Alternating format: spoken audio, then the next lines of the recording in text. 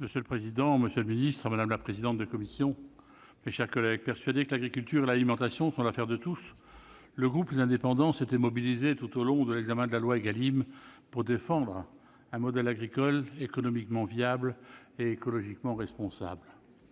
L'agriculture est au cœur de la société française, tant par son importance économique que par le profond attachement que nos concitoyens nourrissent à son égard. Il s'agit cependant d'un secteur qui connaît de fortes mutations et dans lequel la souffrance continue de perdurer.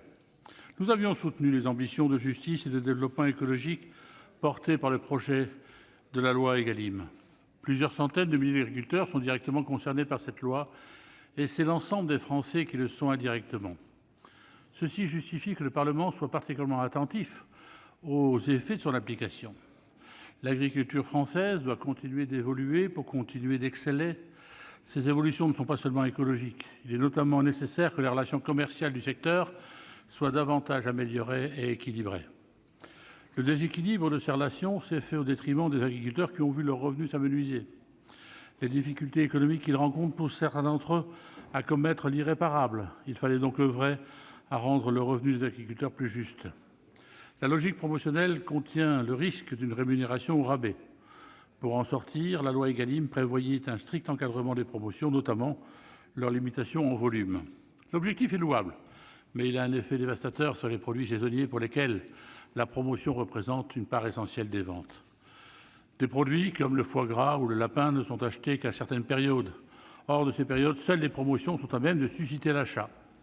La mesure d'encadrement ne convient donc pas au secteur des produits dont la saisonnalité est marquée. Les différentes auditions laissent penser que d'autres ajustements de la loi Égalim pourraient s'avérer nécessaires.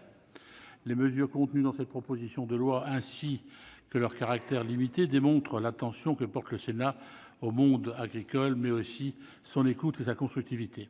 Je souhaite féliciter Daniel Gremillet, Michel Raison et Anne-Catherine Loisier pour leur action déterminée.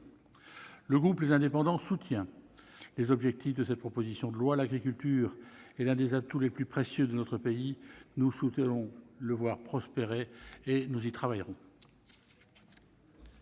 Merci, cher collègue.